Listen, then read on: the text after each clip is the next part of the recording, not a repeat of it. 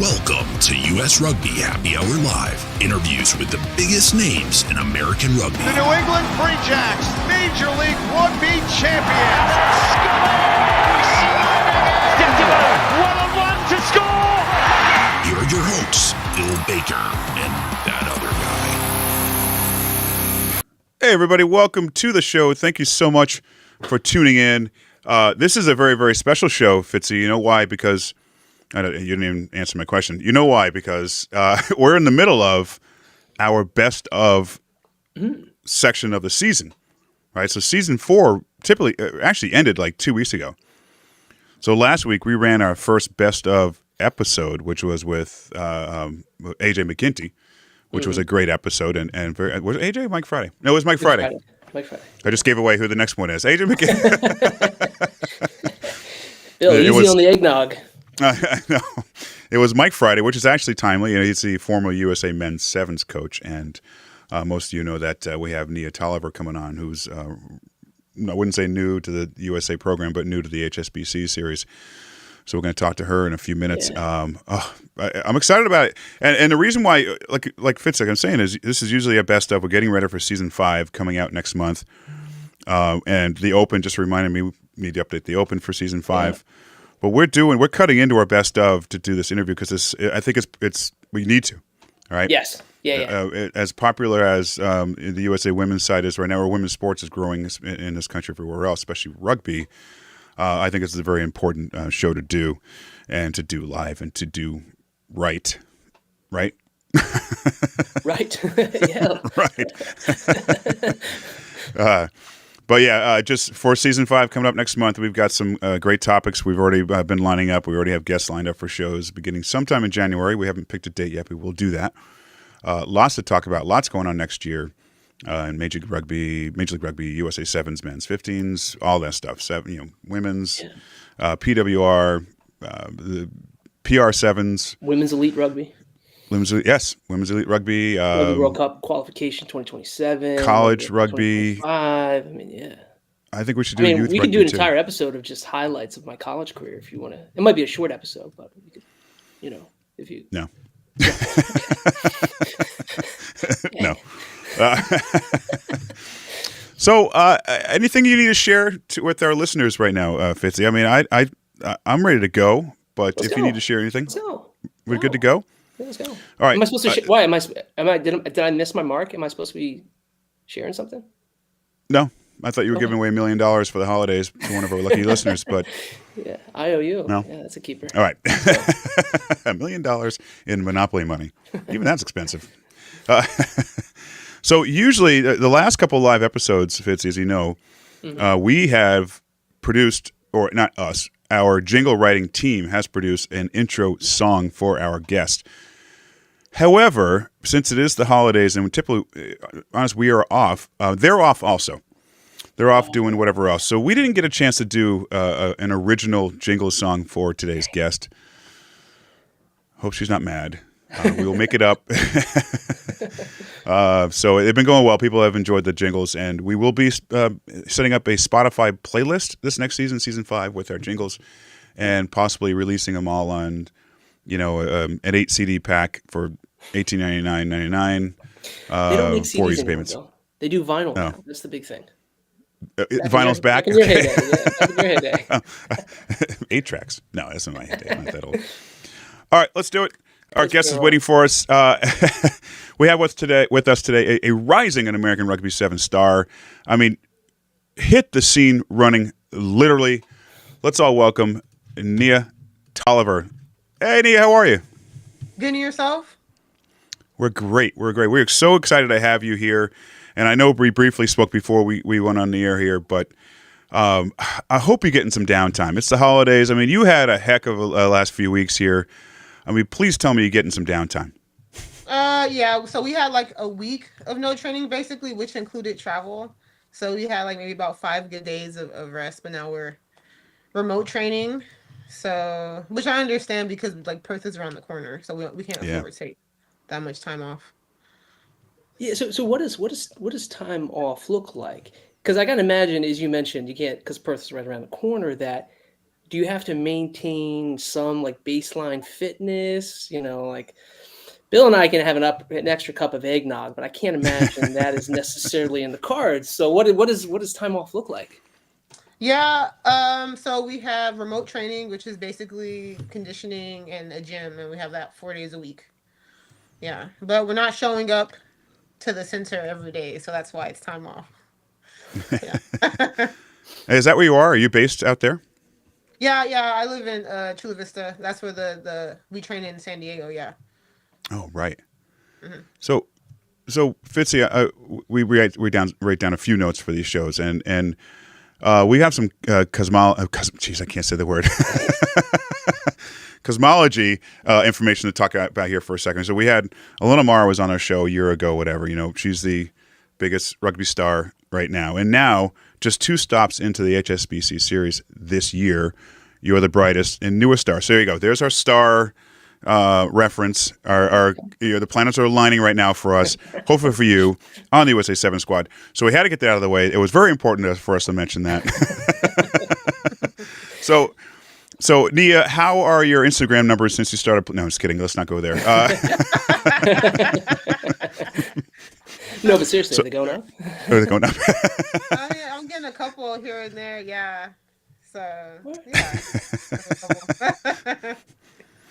So let's step back a bit, Nia. We'll get into HSBC in a second here, but let's talk about sevens, USA sevens specifically right now. You've been playing rugby since you were, I believe, high school. I think it was. Some bumps along the way. How's it feel to finally get to this level? Yeah, it feels good. I mean, I guess it's more or less. I want to say what I expected, but it's very different, right? Like I was here a couple years ago, during COVID, and the series. We only played against a handful of teams. New Zealand didn't compete at all. So the teams and then the stands, like actually playing in front of a crowd, that really does add a bit extra pressure. But I'm enjoying it. I'm enjoying the girls, really. I think playing with this group of girls versus the girls I was with before, they're younger, they're really fun. So I'm enjoying myself right now. Well, speaking to the girls, I mean, you're not the only player in the squad who hasn't debuted in HSBC. There's 6, including yourself, but also a number of veterans haven't joined the team yet, including Christy Kirsch, Spiff, Sammy Sullivan. Was this a seize a day kind of moment for you? With all the veterans, if all the veterans were present, maybe you wouldn't have had the chance to get all the minutes you played in these first 2 stops. Am I asking that right? Was it kind of your chance to go? I mean, I don't know. You have to ask Emily. She kind of knows. I don't know if she would have played me less or more, to be honest. Because I don't know. I think Spiff is also a center. So, and the other center that was on tour was Jess. She's been around as well. So I'm not really sure how I would have went. But yeah, that's possibly. I probably would have played less. I'm not really sure though. Yeah, I mean, you've certainly seized the moment for sure, as we talked about in the first 2 stops, Dubai and Cape Town. We'll get to all that in a moment. You've been chatting with Emily. I mean, for what 2019, 2020 was that when you first came on to the radar for Emily? I guess talk us through a little bit the message that she had with you about coming onto the squad full time, your role, and what your future looks like, I guess. So I met Emily back in 2012. So I've known her for almost my whole rugby career, to be honest. But coming into the team specifically, because Emily is very process oriented. So yeah, she made it clear that it was about buying in and adding to the team dynamic and the team culture. Because my personality is really big, and yeah, she's known me as a kid as well, so she knows that about me. So she's like, hey, we need you to bring not only energy on the field, but off the field as well. And it must be positive, it must be growth focused, right? So yeah, she made that pretty clear. As long as I'm going to work hard, right, and buy in, then yeah, all systems go, basically. Yeah.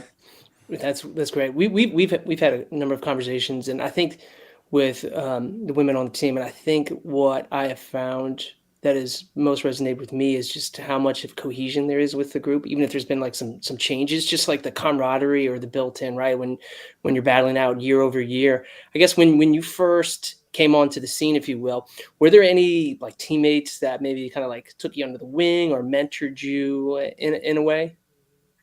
Yeah, back in 2020, I'd say definitely more so than now, because even though I am like a debutante or whatever, I have been in the program a little bit, so I was kind of, Yeah. I didn't. So we have this thing called like Big Sister or whatever, or you have like, I didn't have one of those when I came in, this time, but back in 2020, I think Nicole Haviland was captain, and she was really welcoming.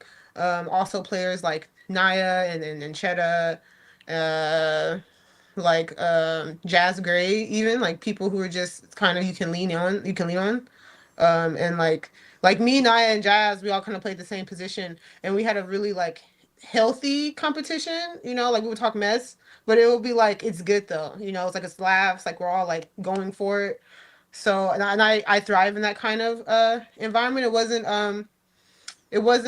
hostile. It wasn't like a hostile competition. Like it was like, oh, like no, I'm upset with you because like you're better than me, or vice versa, or you can't take my spot kind of thing. It was very much like, hey, you got to go like full send. So keep doing that. So and that team was also like older, so a lot of them kind of had that mentor ish vibe. I guess like they're always willing to teach you something. No one ever like I guess shied away from telling you what they think or what you need to hear. So, yeah. Yeah. All right, let's talk about the 2024-25 HSBC 7 series. 2 tournaments so far for you, Dubai and Cape Town. So far, 9 matches, 13 tries, 65 total points. I can't wait to see what you do in Perth. But seriously, could you have scripted a better intro into the HSBC series? I don't know. I mean, like, I don't necessarily like. Yeah, you always go out there thinking, "Hey, I'm gonna do my best." Yeah. There's so many things that could have been fixed along the way that I can fix for the next tournament. But I think just at face value, just people like from the outside looking at, I think it looked pretty good. So I'm happy with that. But I think it's more exciting knowing that this isn't like all peak. This is like we're coming in hot. The group we've been with only been together 3 months, right? And we can produce second. So it just really lets you know like how high our ceiling is. So yeah, really exciting. Let's well talk about exciting. Let's talk about Cape Town real quick. Come on, it had to feel like deja vu for some of the women on the team to beat Australia at the death. This time with you scoring the game winning try. Did anyone mention like a feeling, a vibe of deja vu after beating Australia like that again? No one mentioned it explicitly. What you had like Sarah was there, Ari was there. I think those were Kayla was there and Elena, but no one was really like sitting and reminiscing about it. Yeah.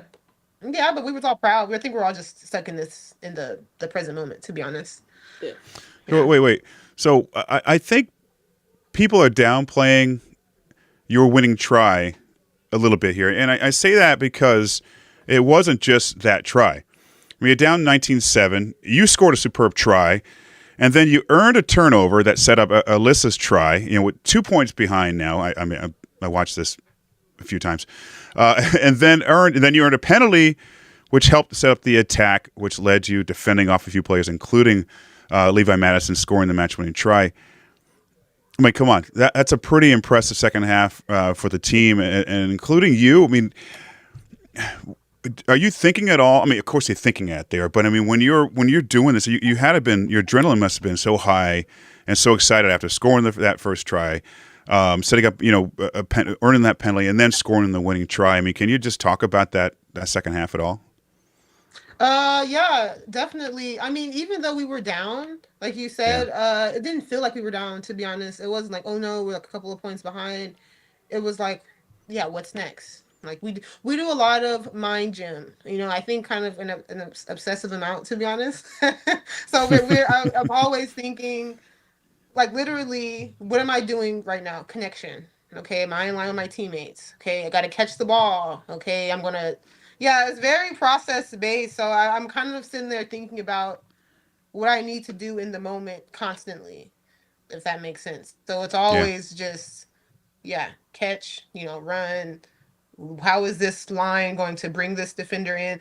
So it's nice. I mean, if you saw after I did score that last try, I was definitely like, I kind of started to celebrate before I scored. Yeah. After I realized that I was a free. So yeah, it was just nice to see like, yeah, I guess what our sports psych always tells us that attention is the currency of, I can't think of the exact words he used, but attention is currency basically. So it was like I wasn't thinking about winning the game. I was thinking about what I had to do next, Yeah. and try to do my next moves like right all the time or to the best of my ability. So I think we all were on the same page about that. And then when it came together, it was like magic. So yeah. Well, Nia, you earlier you mentioned, right, like this group has been together for what, maybe less than 3 months or say, right? So, I young squad, right? Like maybe 8 of the 13. I don't know if I have that number correctly. With less than a tournament appearance. Very few tournament appearances so far on the HSBC series. I mean, from the outside, I guess from our point of view, and we talked with Emily about this, right after the Olympics, she was like, "Hey, there's gonna be some growing pains. We're gonna have some turnover and stuff." But fourth right now in the series, some big wins, some big moments as we just talked about. I guess from your point of view or from the group's point of view, are you guys surprised by the team's performance after 2 rounds, or is this more of what we should expect? Okay. I know. Go Okay. ahead. So Go I ahead. feel like we were all on different pages about this. I didn't know that people didn't believe in us, to be honest, because after we got Didn't it? No, no, second, no. I that's hope an that didn't awesome come No. across squad. that way. No, not from you, but just like in our team, a lot of the girls were just like so surprised, especially because our team dynamic is so different now with these current girls versus the older girls. Like people like Kirsch, Alev, Lauren Doyle, like yeah, Cheta Naya. They're very serious, like bunch of girls, and we're kind of like laughing in the locker rooms, like just kind of like having a good time. So I think the vibe was very different, and I guess they didn't expect us to perform as well just because we have, I don't want to say a more relaxed. Yeah, which I guess maybe we're just a little more relaxed. And a couple of the girls weren't too happy about our performance against Canada at PR7s either. And they were kind of like, well, if we're, playing like this against Canada, then we're probably not going to do well on the circuit. And I'm kind of like, well, like, it's our first game together. It's not everything's gonna be perfect, like off the rip, but have a little faith. I mean, I'm not gonna say that I knew for a fact we were going to like do so well. I mean, I was like a little bit surprised too, but it wasn't like I expected to be like eighth or anything. Like I thought we'd at least be like somewhere in the high middle, which is kind of where like Dubai I kind of expected to be like around that. So Cape Town was like really, yeah, perfect too. But I do think our connection off the field played a big role in the way we were able to play on field, to be honest, as well, because we did have this kind of comfort, like, and trust with each other. And I also think another good thing about our team is just we all have like super strengths. Like I think I'm a very attacking player, but we have some like powerful defenders with speed as well. So I think it just kind of balanced out on the field. And then we have our veterans that are just kind of like good all around. So I think it came together, yeah, really well. I wasn't, yeah. Yeah.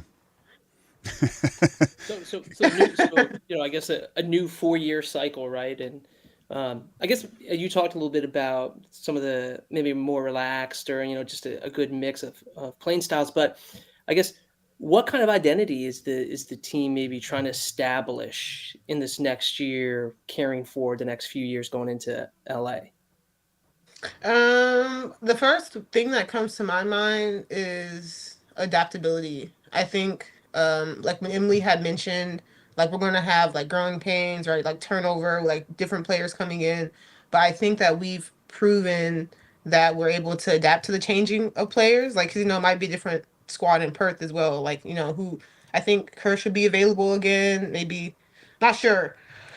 But so I think, and teams are going to adapt to us now. Now there's like a target on us, getting second. Now, like, okay, now we got to focus on this team. But again, we're just at the beginning. Like, we're gonna grow so much. So I think we're gonna continue to grow. I think it's gonna be a big. This isn't it, right? There's no. So we have that going for us, and I think seeing. I want to say like how we all develop into the players that Emily kind of sees us being, right? Because I think Emily again is very processed, very planned. She can kind of. She says it's interesting what she thinks about potential. Like, she says it doesn't exist, but she knows that she kind of has a vision for every player. So I think when everyone kind of starts to like reach their potential of what she thinks that they can do, is going to be, again, you know, another team, same players but different teams. You know what I'm saying? So it's really exciting. Nia, you mentioned Nia Tapper earlier. Tapper, Australia's Levi, and say Perry Baker, those three have something in common. They're tall, long legs, fast. Mm-hmm. You have a different body type. You're fast also and powerful. Thank you for laughing. I didn't mean that in a bad way at all. And I asked that question because I want to know, where do you get your speed from? Where do you get that extra gear to break away from opponents? Because, you know, they have those long strides. Where do you get that? It's something you worked on for years, I'm assuming, your speed. I've never met him, but my grandpa was an NFL player. He was contracted NFL player, but he died right before he could start his contract. So I'm assuming he was a really good athlete. My dad didn't get it from him. Okay, he kind of peaked in high school, to be honest. My mom wasn't an athlete either, so I'm assuming I get my athletic prowess from my grandpa, to be honest. And I do speed work, but I wouldn't say I do anything, you know, out of the ordinary, to be honest. Extra squats or something. I don't know if that helps for speed. I'm not. It takes me about 3 minutes to get to 100 yards. So, so Nia, so I don't know if you want to call it stardom right now, but you're definitely turning heads. You're definitely someone to watch. I just put a note up there from a watch or a viewer right now saying that you're the one to watch right now. You're selling tickets. There's a paper in Australia, or Australia sports media called The Roar. They wrote, the headline was, Rugby 7 superstar Madison Levi has met her match. Her name is Nia Toliver. And that was the headline to their article. Are you hearing this stuff? Are you paying attention to it? And if so, how are you handling it? That's really interesting. Interesting question. Yeah, I did see that article. I'm learning now not to read comments. Yes. Because honestly, oh my God, people are gonna say any and everything.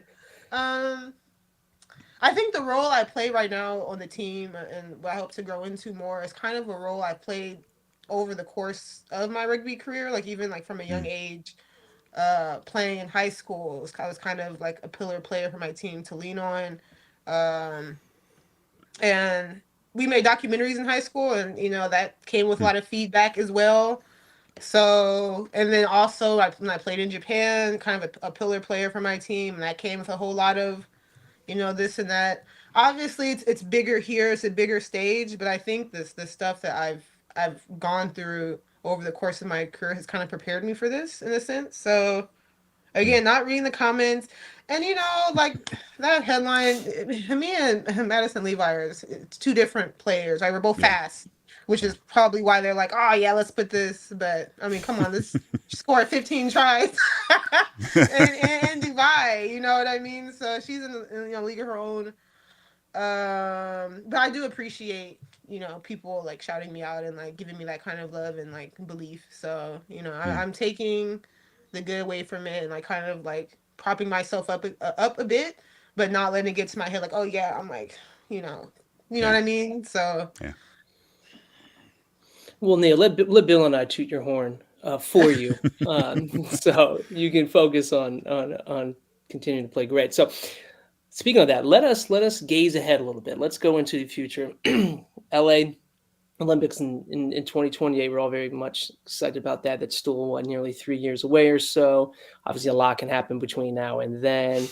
Again, we mentioned we chatted with Emily, and again, she cautioned about the growing pains and things like that, and turnovers, and a new 4-year cycle. But I guess, yeah, coming off that, we'll get to the bronze medal match here in a second because we'd love to get your take on all that happened. But what has been like the overarching message from Emily? It's like, okay, great, we won a bronze, but we're not done yet, right? So I guess talk us through like what's been the message now, like brand new 4-year cycle. What has Emily been kind of like telling the squad? So she broke it up into 4 years, right? So this is year one, foundational period, right? Where you read this book called Chop Wood, Carry Water. It's basically like Karate Kid, but like written slightly differently. So that's kind of like we're building right now. We're doing our basis, like pass and catch, like tackle tech. So we're like hammering like how to hit a seam, how to move a defender. We're like really hammering in like the basics that we all need to know. And then yeah, so she has a 4-year plan that she shows us almost every meeting. Um, Again, Emily is very, very much a process oriented person. And yeah, even after PR7s, yeah, as soon as anything happens, Emma's ready to go and work. Okay, after Yeah. PR7s, I'm just so excited to get back to chop wood and carry water. After Dubai, oh, I can't wait to, not to get back, but to do our little 3 days of training, and get better. It's all about that 1% with her as well. Like she's very, we don't have, she'll say we don't have that much time, but enough time for 1%. So yeah, very detail oriented in that sense. And then after Cape Town, oh, I can't wait to get back to train. So I think she takes it in stride. It's like, yeah, she'll appreciate the moment, appreciate like how far we've come, but it's like now next step. Okay, next let's get back to our passing. Let's keep working on our tech. Because again, this is foundational. Yeah. So yeah, she just very much her message is stick to the process. The process doesn't stop. Even if we would, let's say we did beat New Zealand, we're going back to chop wood and carry water. It's a never ending mountain that we're climbing. So learning to enjoy the process is a big part of this as well. So related to that question, then, as part of the chop wood carry water, which I love that. Yeah, we just we got second here, great, chop wood carry water. Let's move on. Has Emily mentioned to you, or what can you share with us about what Emily is saying about you're playing great, but here's what you need to work on? Can you share with us like, things that you feel like could be improved? I mean, definitely. I think as a player, defensively, I don't think I shined a whole lot this tournament. Wasn't as threatening without the ball in hand. So again, she didn't really harp on me about anything in particular because only was 2 tournaments. But even just from my own standpoint, I'm like, yeah, I definitely want to kind of be scary with or without the ball in hand. And then other thing, it's not so much a work on, but it's consistency. Like she really wants me to keep doing what I've done so far again and again. And that's kind of what we've been speaking about. It's like, yeah, you've done it, but now it's time to keep doing it as well as adding to what you can do. So, just thinking off the top of my head here, so you 2 tournaments for you, 2 different formats for those 2 tournaments. What's your take on those 2? I mean, again, just 2 for you so far. Much different between the 2? Definitely. I personally appreciated the 2-2. Okay, I kind of wanted because it's a little bit interesting, right? In Dubai, like you can win the first.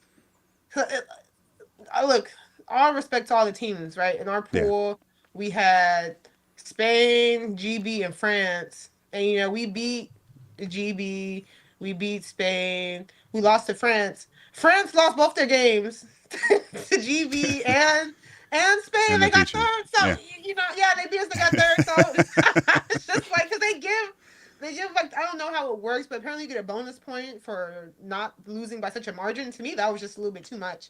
So I kind of appreciated the kind of one and done, like you either in it or you're not. So I like that. And it was the players, did they ask for the player input on that getting rid of the quarterfinal thing? Actually, I think it was news to everyone, to be honest. I heard a couple of our staff talking about it, and I think our trainer, he kind of said that, back-to-back tournaments is really taxing the body because also the travel is very long as well, so the players aren't, recovering, so it put them through that twice. I think he was like, it's like more dangerous, but I'm not entirely sure. But I enjoyed the tutu. I wouldn't mind if they were all tutu. I could take Mhm. a different format, the 24 Olympics in Paris. Um, Exciting as could be watching that match. Give us your emotions with that. Were you watching it live? Yeah, I What were was your watching it feelings, say live. seconds? Yeah, Heart pounding. yeah, It was yeah, I'm kind of like, biting yeah. your nails, like, I'm watching it with my mom and my brothers. But oh man, when Spiff scored that try, it was like unbelievable. It was just a testament again, I guess, to their hard work, uh, the dedication to the process, and knowing some of those girls as well. And like, I Mm, chat with them periodically, and they kind of tell me how much it's changed since Brownie was the coach. So, and then the girls that were in Tokyo, right, as well, yeah. being able to be there for that win and kind of like, I don't want to say not revenge, but it's like, yes, like, no, I stuck with it and like this is my reward. So that was really awesome. Very, very much deserved. Yeah, have you heard the story about Tess was telling Emily after that that Spiff missed all her warm up kicks before the match, but he didn't tell her till after the game. Thank God. Yeah, I didn't even hear about that. She was very happy. She didn't know that going into that. Okay, so post Olympics, from your point of view, Nia, have you felt like there's been an increase in awareness or attention for the USA Women's Sevens program or women's rugby in general, especially here in this country? Oh, definitely. And that's not, yeah, them winning a bronze medal was is really big, but definitely, Alona played such a huge Yeah, role on us winning a on them winning a bronze medal yeah, being huge as well, right? Because she brought in so much attention, even like in Tokyo, she did. So having her followers and new followers come in, definitely much more people are looking at women's rugby, and they have the belief in women's rugby in the States. you know Australia, New Zealand, yeah. maybe even France, they already kind of have that, the eyes on them. But for us to get some organic, homegrown eyes is like huge. So Well, Nia, certainly one of the benefits, at least it seemed like most immediately, was that the donation from Michelle Kang, $4 million to the USA Women's Sevens program.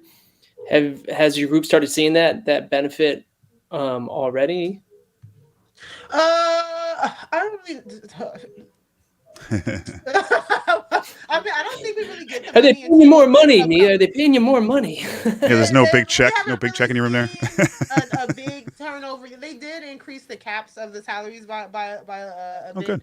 uh, but it's we don't really get to see everything until next year. You know what I mean? So they need to.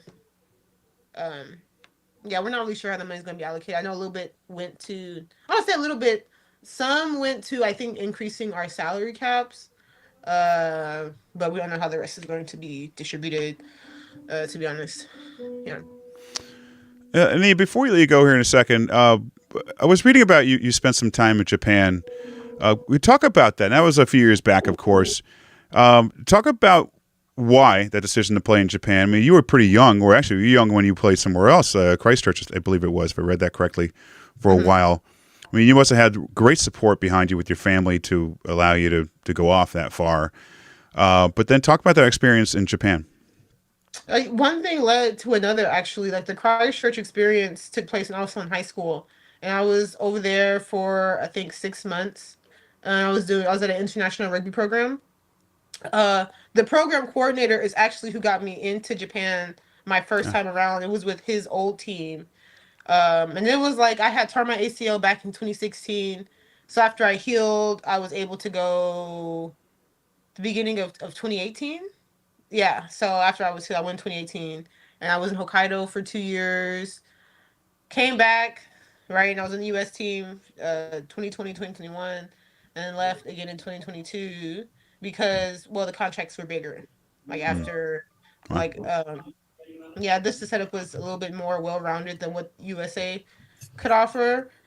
So I went ahead and I took a contract over there, and they increased it again the next year. So like, okay, I'll stay another year, and I was like, actually, I'm not feeling the most fulfilled here. So let me go back and try again on the U.S. team. Yeah. So a bit of back Hey, and forth.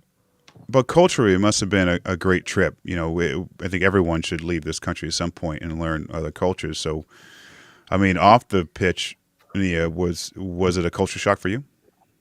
I wouldn't say it was a culture shock, but I do appreciate the stark differences between America and Japan. I mean, food, safety, cleanliness, and again, I think the concentration of their culture, right? Because Japan is very Japanese, and it's really cool to see what I appreciated. But they have shrines kind of set up almost everywhere. It's like on the corner. You could be like walking to the train station. You'll see a little shrine you can like give money to. Really? That's pretty cool. Yeah. Um, the affordability as well. I know that the Japanese don't like that, but for someone living in America going to Japan, your dollar a stretch. So like you get your own like sauna for an hour for like $20, and it's like a really nice personal sauna. Just little things like that. Super clean, super taken care of. Um, I think also the mannerisms of the Japanese, they're a bit reserved, which is another stark contrast to myself. I'm quite loud and in your face. So while I was over there, I kind of learned to tone it down a little bit. Um, yeah, but I definitely appreciate that experience. It gave me a different outlook on not only culturally, like American culture and Japanese culture, but I guess also like personally what I wanted in my life. Yeah. Like what's really important to me. So yeah, I wouldn't do anything different. All right, Nia, two more questions for you. The first one's the deep one for you to think about. What are your goals in rugby, generally speaking, with the USA team and for you personally? One of my goals, just generally, I guess overall, is to be, one of the best, one of the greatest of all times to come through the Let's circuit go. and like Yes. really like leave a mark. Like, hey, it might have took me a while to like get here and stay, but I'm here, and you're gonna remember, me when I'm gone. Um, I'm not really one to like think about inspiring the next generation. You are. It's not, you're not gonna really hear me say that, like, oh yeah, I'm doing it for the girls after me. But yeah.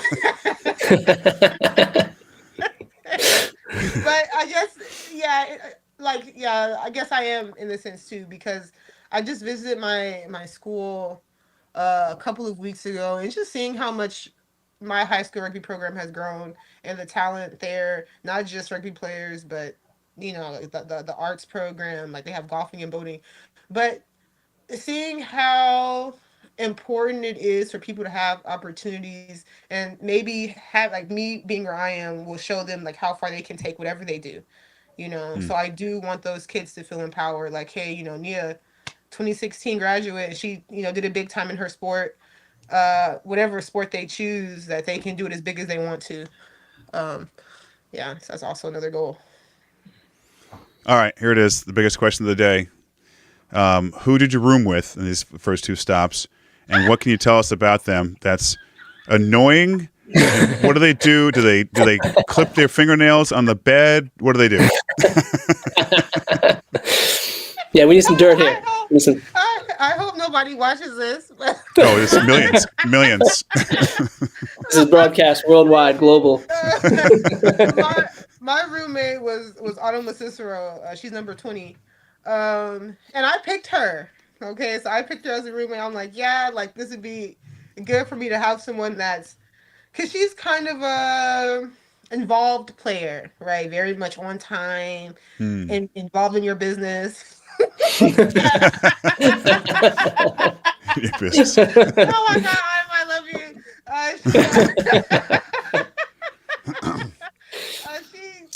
What I appreciate about her again is how prepared she is. Okay, she has snacks for probably the whole team for the whole 2 weeks. To be honest, yeah, she's really helpful as well. Sometimes a little bit too helpful. Again, nothing but love. So yeah, sometimes when she's too helpful, and I'll get a little irritated because I'm like, you know what? I didn't explicitly ask you for help this time, so I don't like need it. But other than that, she's like super lovely. So yeah, I enjoy her. She's a den mom. So we'll have her on next week to talk. No, I was kidding. A rebuttal. Nia Toliver, this has been so much fun. It's been fantastic. It's so nice to virtually meet you. I cannot wait to see you, in Perth and beyond, and hopefully on home soil one day soon. Mm-hmm. Thank you. Thank you guys for having me. When Claude told me you guys wanted to have me on here, I was really excited to be able to chat with you guys and kind of share with you guys and everyone else watching, just what's going on. Well, we're cheering for you. Good luck. Thank you so much. All right, cheers. Thanks, all right, cheers. Cut him off again. Every time I do it, I cut him. Yeah, every time. Bill. You're just like, all right, you're off. I'm just gonna leave him on until until we're done. Jeez. That was so much fun. She's great. And I'm glad I've heard that about her also, that she's just not crazy, but just likes to laugh and plays hard. So it's great to see it like this, and with us too, losers. So that's great. Well, I mean, that comment aside, what I really appreciate at the end when you asked her like goals, and she was like, "I want to be one of the best." Yeah, like that's inspiring stuff, because like I love when I dig it when athletes they need to be humble and they're like one thing at a time. But when someone's like, "Yo, I want to be the best. I want people to remember me. Like, I want to follow that person because I want to see where they go." Yeah, so, nothing wrong with that. And honestly, I love that attitude from any rugby player, especially an American rugby player. That's kind of the mindset of American sports also. And it's great to see, and it comes in a humble way also. I don't think it's I'm the best now by any means. She even said that. She's just being careful. I'm playing hard, whatever else, and it's 2 tournaments in. We'll see where it goes. So it's exciting, and I'm glad that she's getting noticed on social media at least, and I'm glad she stopped reading the comments. Yeah, man. It's a cesspool in the comments, man. Yes. Stuff. Gosh. Yeah. All right, Fitz, let's call it a night. It's late, at least for me. I know you're on the West Coast, so you still have things to do tonight. Have a great holiday, listeners. Thank you so much for tuning in. Have a great holiday season. Stay tuned for some best of episodes still coming out, and new ones coming out actually this weekend. And if you can, give us a follow here on the live feeds or on the podcast, your favorite podcast player, which comes out on Thursdays, which will be tomorrow as it's tonight. Thanks, everybody. See you later.